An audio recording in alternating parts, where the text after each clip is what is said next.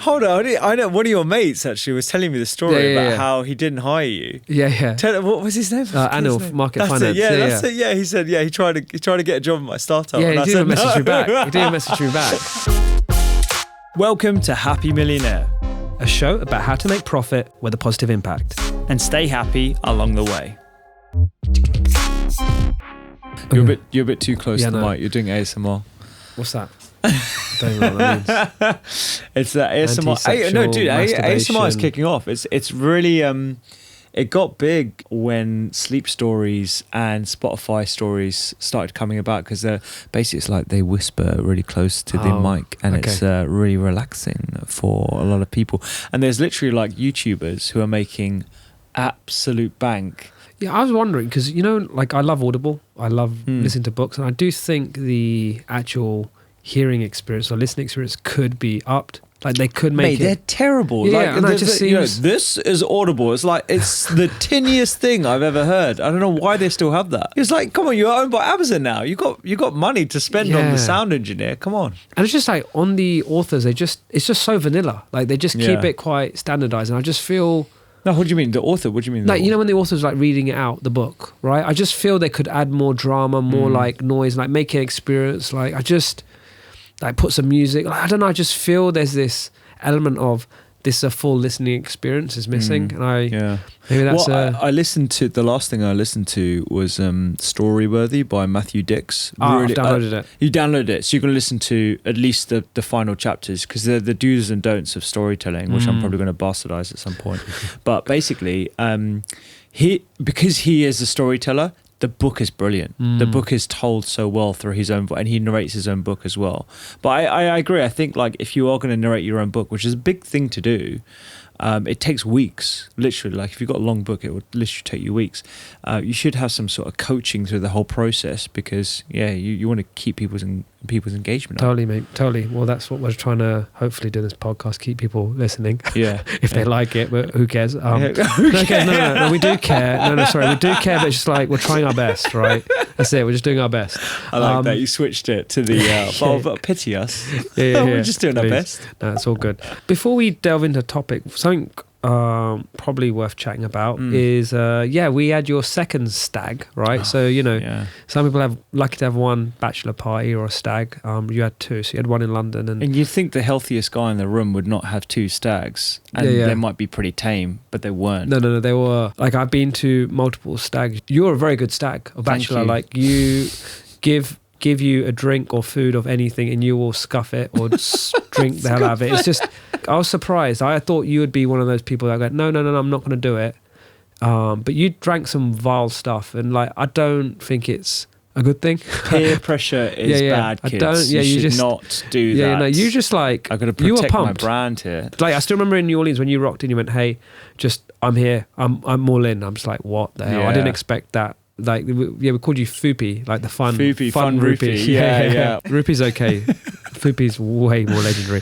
So on this second bachelor party, like I joined, like it was a last minute decision. So I rocked in on Saturday and I just thought, hey, I could be that like late substitution who could up the pace. Like that was my strategy. I thought, hey, this is a great time to screw you over. Like, just come in. You didn't see me come in. So we've been partying the whole day. Yeah, no. And I joined you guys and we got the pace going again. And we got you all showered up at my apartment, which was jokes. Whenever I had it's like 5-6 blokes just having showers in my apartment. It's all good. And then... we went to go see Arjun live. So he was earlier at your bachelor party, and I missed that bit. And he's performing live at an event. He's very big in the Asian scene. He's a great singer. I should probably give some background to people because I don't think many people have heard of Arjun, particularly in the UK. But he's massive in the UK Asian sort of R&B scene. In Malaysia, Canada, and different parts of South Asia, he is huge. He's like a household name. And he'll do sell out concerts of thousands of people. We went to one randomly because we were hanging out with him. He was at the brunch thing and we went for dinner with him afterwards.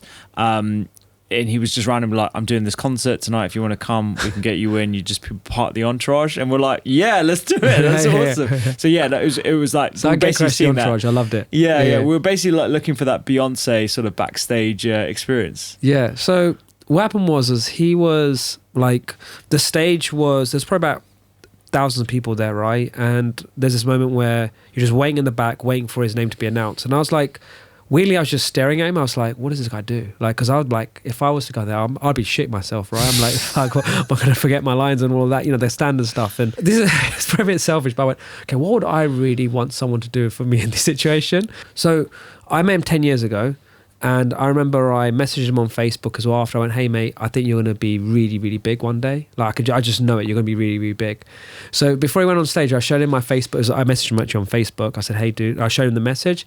He went, man, that's sick. That's He goes, mate, that's old school, man. You believed in me. And then literally that moment was his last words. And he went on stage and then started like belting his lyrics out. I was like, that's pretty cool. But yeah. So it's just like... So you were responsible for that amazing performance you put out. Exactly. So Arjun, just remember that moment. It was interesting because we were chatting about Arjun as well when he left to go and do his performance later on that day, about how he's really optimized his life for happiness. He does what he loves. Yeah. He makes music at home or with people. He's got a good team around him, and he's got a really good core group of mates that have sort of weathered his ego.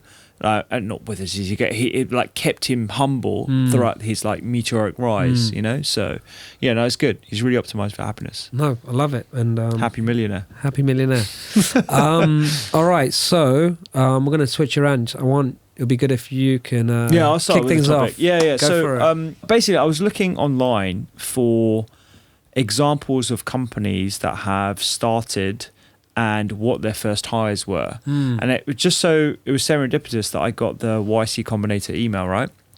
And they have started a new podcast format where they interview startup founders and they ask them about their first 5 hires. I've listened to these 2 different podcasts, 2 different like smart people say completely opposite things about their first 5 hires. I feel like I've matched quite nicely with what Alex Hormozi was saying, because I've gone for pure practicality. I've got my hires, like I've got my assistant, got my researcher who's helping me like with all the sort of information element for the pods and the the app and all the rest of it.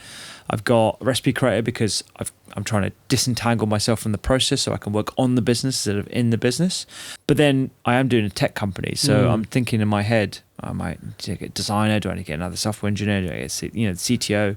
I feel like my heart I need the CTO, but I was going to throw the question to you and ask about your first 5 hires. Getting those right 5 is bloody critical, man. It's the most important thing. And the best analogy I like to use is like, you basically have to find the Avengers, so literally 5 different types of like things, monsters or whatever you want to call these monsters, superheroes. And I don't know, like Teenage Mutant Ninja Turtles, Captain Planet, whatever was the other thing that everyone used to watch, I don't know, Power Rangers. Like it's literally like 5 people who have like lived different lives with they are their own characters, and you need to basically bring them to your project. And who those 5 are will really depend on the type of company you want to build. So I think it all goes down to the founders, right? The number, like if there's 1, 2 founders, that they need to decide what type of company do I want to be? Like, do I want to build a real tech company which has got lots of engineering, like really deep tech? Like think of Facebook, like the first few founders were all engineers, right? One big mistake I see like loads of people do is they hire people that have not been in a startup before. And that is, and the earlier the better, because when you're first, like no matter what business you do at the start, it is so bloody hard. Like it's ridiculously hard because there's just so much uncertainty. There's no processes. There's like, it's literally like all you've got is a name and you've got an inbox, right? We've got no emails coming in. Like, and this person, when they first join, they will probably get like 2-3 emails a day, right? Like eventually you'll get to like 50, 100 and like to the point where it's just like, fuck, there's too many emails. But like there is no formula, no process. So this person has to have hopefully experienced that. Otherwise, there's so many times, and I've seen this happen, is like you hire people who've never been in a startup and they're like, fucking hell, what's going on here? Like they're scratching their head because it's so new. So in summary, like you need to find the greatest people you can that are an early stage, and like in terms of their background, like it depends what type of company you want to build. So that's also very important. So one of the biggest takeaways I think from that for me personally is the need to search ruthlessly and relentlessly, because I don't think I put enough effort into the search. Like I'm not scouring LinkedIn, I'm not constantly like asking people for introductions, I'm not like, and I haven't refined exactly who that person is as well. Can we use the podcast for me to shamelessly interview a whole bunch of people? We'll literally just line them up outside and we'll do 5 10-minute interviews back to back, and I'll just get you to grill them. And me as well. I'm sure they would love it. It's like, because at the end, they're like, oh, fuck, didn't get the job. And then it'd be me. It'd be like, oh, yeah, Jay. It'd be like, Jay said no. Oh, fuck. Did you ever do like a vision document for the companies? Like before you got even to like 5 employees, did you actually have like an exact sort of roadmap of where you wanted to take the company and share that with potential employees, or like even after they onboarded? I didn't. Not. I had an idea of where it could go. So I'd always create one of my hacks is before I start a company, I do create like an investor deck because it helps me, or I create some form of like memo of like what I feel this business should be. Call it a business plan. I guess that could be another way to put it. But yeah, you create something so that, because I feel like every human needs to have a direction. 100%. So it's storytelling. Yeah, I guess it's storytelling. You're literally narrating. You're bringing it to life to people. And I mean, it's the reason why TED Talks are so popular, because people love stories, and the best TED Talks always have stories right at the beginning, and it hooks them in. And I think that's how you can convince someone to do. Yeah, so that story has to be bloody good. Yeah, it has to be. Yeah, it has to be good. There's a lot of information out there like who you should hire as well. They say, hire someone for potential. I actually play it a bit more safe now, especially in the early hires. I try to find someone that, yes, has got potential, but at the same time they've done a lot of what I want, because I just don't want to take any risks. Maybe I'm in a more lucky place where people may want to work with me because of my track record, but I like trying to find people that have got potential but have also done a lot of the job. So that's actually a bit different. That contradicts a lot of like the books and stuff. Is this how you convinced me to do a podcast with you? Yeah, probably.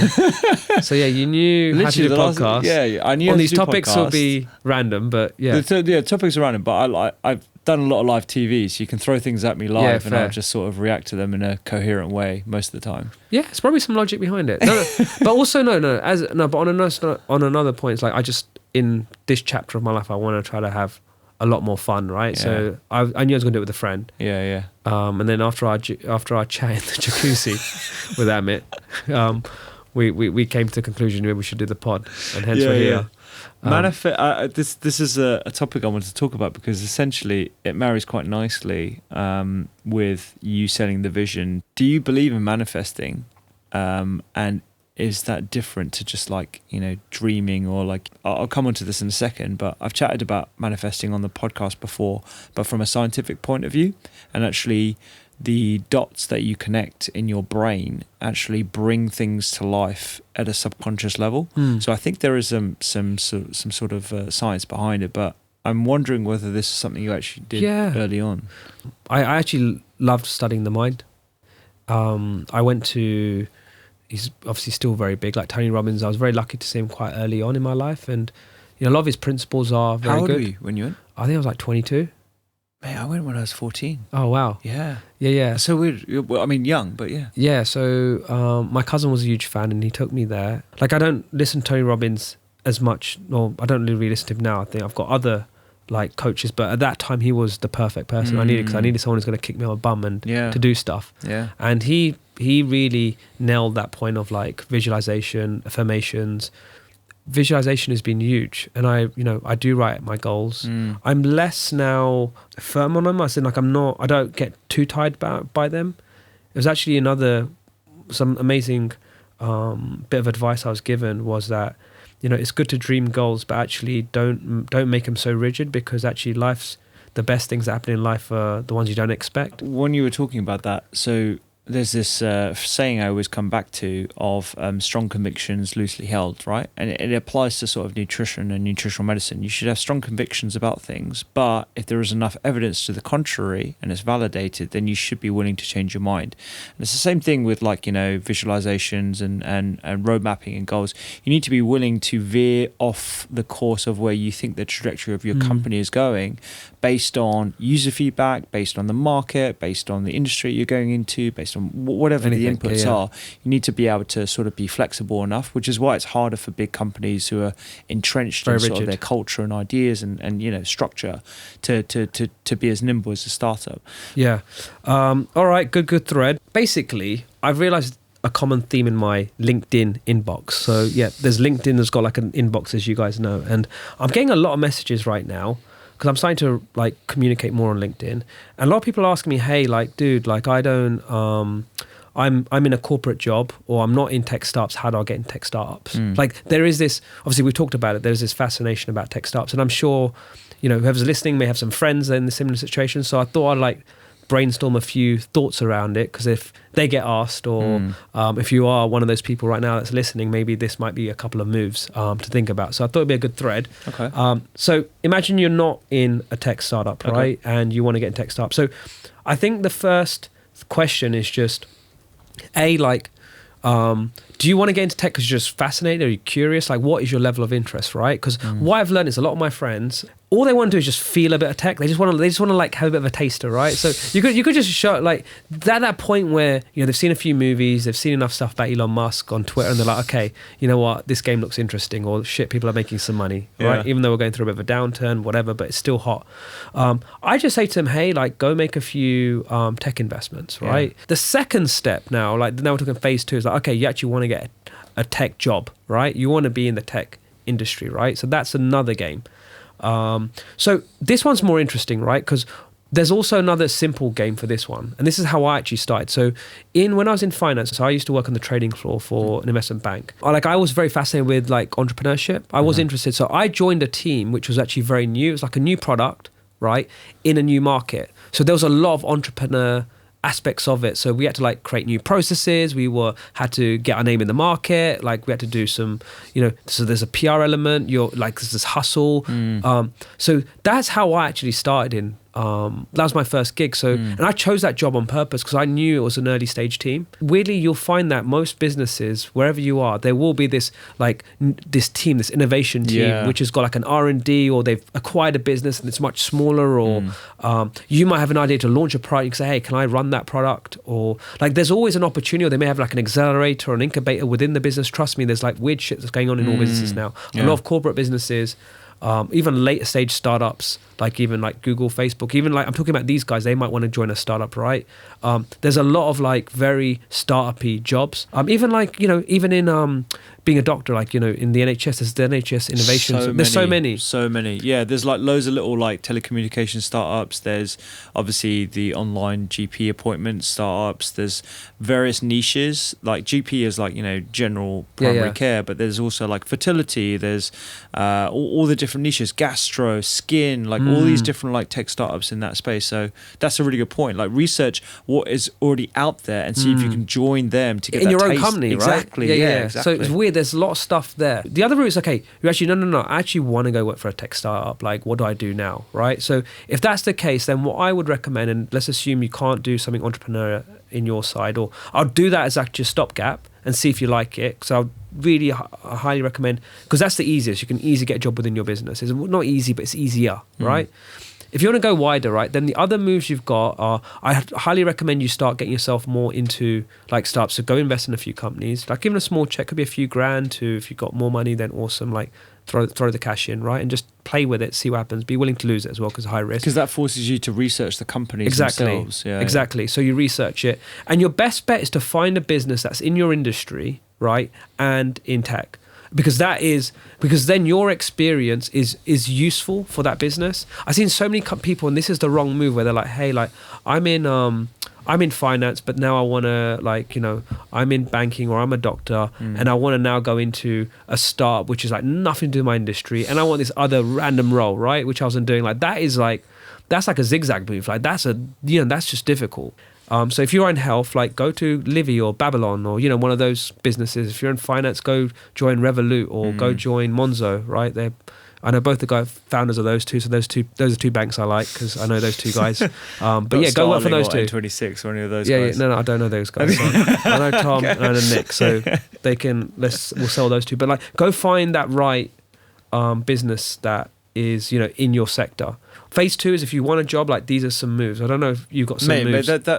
That's amazing advice. As you were talking, I noted a few things down for potential, like people in my scenario where they don't have tech skills. You're not a builder. You're not like a software engineer or anything.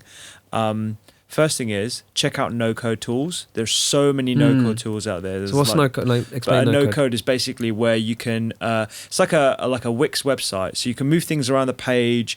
You can like use like a library of templates. Like shopping platform or anything. Exactly. Any shopping platform, like Shopify, for example, is essentially a no-code tool.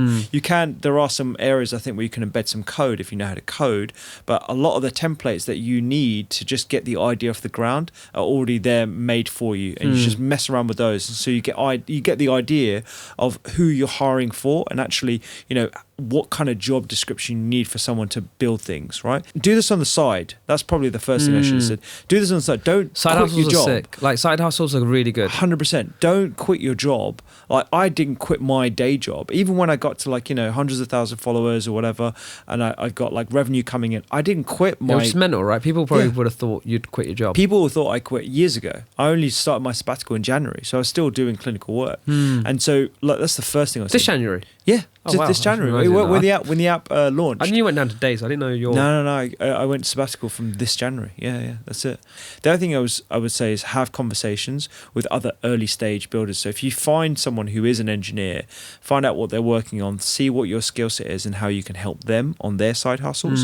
If you look on, there's a bunch of websites, like Product Hunt is always a good one to see like what people are building and what kind of things they're trying to get feedback on, so you can sort of get a steer of like the industry. And I think there are some other areas as well. And the last thing I would say is you always want to validate something before you try and go for funding or whatever, Or if you want to go join them, right? Exactly. Yeah. You need to validate your product. So whenever I hear someone like saying they're building something stealthily, or they're building something and they don't want to talk about it really irritates me. I think there's probably some examples where that's necessary if you're working on something top secret. The vast majority of cases, it's just because you're embarrassed about what you're doing, or you feel like someone might steal my idea. Mate, trust me, your idea has been done a number of times. It comes down to execution, branding, and how well you can articulate your product. I had someone actually asking me to invest in their business. I had to sign an NDA and I didn't.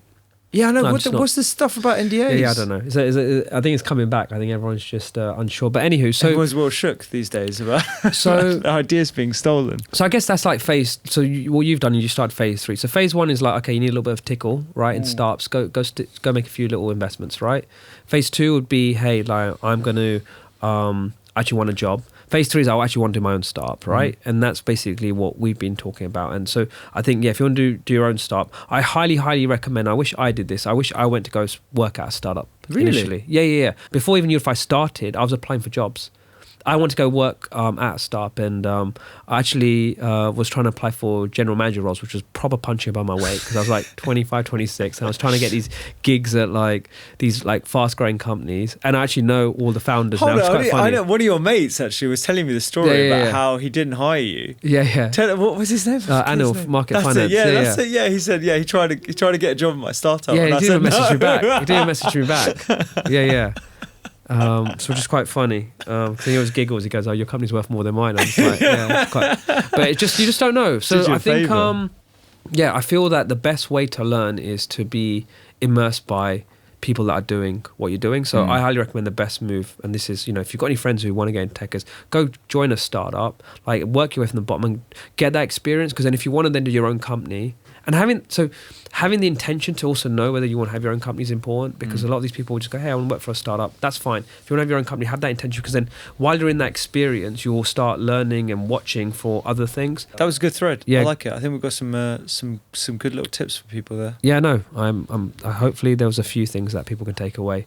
So, and if you get fired or you don't get an in, then maybe you'll start your own company, and maybe it'll be successful as you so it's about that time for Amit to give us our marks and reflect on the show. It's my favourite time. My favourite time of the show. And if you haven't already, please give us a follow. It means we get better guests as well, so you don't have to listen to just us going That's what I was trying to say, because we're not trying to make any money from this. It's just we want just to get our reach going further. So I appreciate it. So how did we do? It was, I think I'm going to say 8.8. Yeah. 8.8. That's really high, man. That's like you're A+. massively overly selling me. I'm being The nice. listeners are like, what the fuck, man? They're like, dude, this is you're still a noob. Yeah, it was good. It was solid. All right. Yeah. Cool. Yeah, generally more Foopy, less Rupy on this pod. So Fun Rupy. Fun Rupy, that's what we need more of. Do you think your audience knows there's a fun Rupy side? I hope so. I mean, yeah. I'm pretty relaxed on my socials and pods and all that kind of stuff. I used to post everything on socials. The only reason why I stopped doing it is because I just wanted a bit of privacy. But everyone knows that, you know, people do get shocked. They're like, oh my God, he drinks alcohol. Oh, he has junk food. Yeah. I saw you with a croissant once. Oh my God, yeah. It's actually quite fun when walking around. Sometimes, you know, people recognize Rupy and like they think this is like this, you know, this guy with this massive lure is going to come. He's just like a normal, hey, you all right? You okay? You all right? And that's it. And they're just like, what's going on? I can see it in their face, which is quite funny. Yeah. Okay, so my favorite topic this week was Rupy's weekly woes. So on the surface level, it was like a conversation about like the first 5 hires, but what was like super interesting is you said something along the lines of, oh, how do I know who's right? One person saying one thing, one person saying another thing. And then Jay's answer to that was like, dude, you got to build your Avengers. You got to like see the jigsaw. And it just made me think like one of the things that the best teachers always say to you is don't just repeat it, don't just memorize it, don't just tick the box. You have to understand it. And I thought this was like similar. Like you could go with either piece of advice, but like do you understand how the jigsaw fits together, how you're going to build your team? So I love it. Yeah. All right. The second one, I don't know if I'm getting paranoid, like the tech sample week, but I feel you were talking about me there, bro. Which one? Like I say, like some of my friends come to me and ask me for advice about how do I go into tech. Were you talking about me? No. No. Okay. All right. I know we've had like a few of these conversations. Like I always ask you for advice and. Do you know what? It's a lot of people. Already, like, okay. you are one, but you know what? It's I think right now tech is exciting, so I think it's great. So yeah. Like one of the big things that stood out to me, like just for context, actually, I've been working with Jay at Bliss Growth since like January, doing some odd jobs, and now like I'm doing some of this podcast. Is like to learn by doing. So yeah, you actually just instead of like researching a bunch, just start doing something. And like I probably will be doing some tech related stuff within the NHS as well. So lots of great ideas. Following the advice, man. Following the advice, yeah. And actually, like by working at Bliss Growth again, like you do start connecting the dots. It's like, why are we doing this? Why are we doing this? And then it starts coming together. And then the first conversation was about Arjun, and it was quite interesting. Like first, you talked about like for an artist, like it was about making money. You were like trying to pimp him out. And I was like, whoa. You can go on Cameo. And you can do 100 quid here. And then you started talking more about like his purpose and what he wants to give to his fans. And like, because it's kind of the same with if you're building a business, like artists are kind of the same in that regard. And then the second bit from that was you talked about playbooks, and like the artists that I really like, I go like super deep into them, and nearly everyone has got like a big inspiration, and then like in the music they almost bring that inspiration out into their music. So like a good one is like Kanye. He's a massive Stanley Kubrick fan, and Dark Fantasy was basically like a homage to Stanley Kubrick, or like Logic is like a massive Kill Bill fan, and so you'll see like Quentin Tarantino references throughout his music, and you'll see like other hip hop artists that he's a fan of in his music. Like everyone's looking for inspiration, and I kind of feel artists are then like often will pay it forward, and then you'll be inspired by these artists, and then you'll pay it. No, that's great. Yeah. I like that. The playbooks are good. The playbooks. See, I wish more people left their playbooks like fully, right? So, I think it's because at the end of the day, I guess this is where biographies come in. But if you can actually just show the real shit, because I think sometimes biographies hold stuff back. I think if you can hold the real formula, so. I guess for our friend Arjun, write out the formula, share it. It's great. Or even like you two as well, because I definitely pick up loads of things like being around you guys. Well, this like whole podcast is basically like Jay giving the playbooks in bite-sized bits. And me as well. I'm very open. I've done a whole YouTube video about how I became a Sunday Times bestseller, which we could dive into another time, because there's like a way of like not gaming it, but there is a strategy that people don't really know about. So. Awesome. All right. Good episode. Awesome, man. Yeah, good episode. Thanks, Amit. Appreciate it as always. Okay. I'm going down though. That's the thing. I'm going from. Yeah. Okay. I'm going to give you. I'll tell you why I couldn't give you a proper rating. Like, we're going to get less listeners. We were like basically, we were having a talk about dating inside, and like me and Rich, the producer. So because we had sound issues, and then like we had sound issues today. It's okay. We made it through. Thanks everyone. Thanks guys.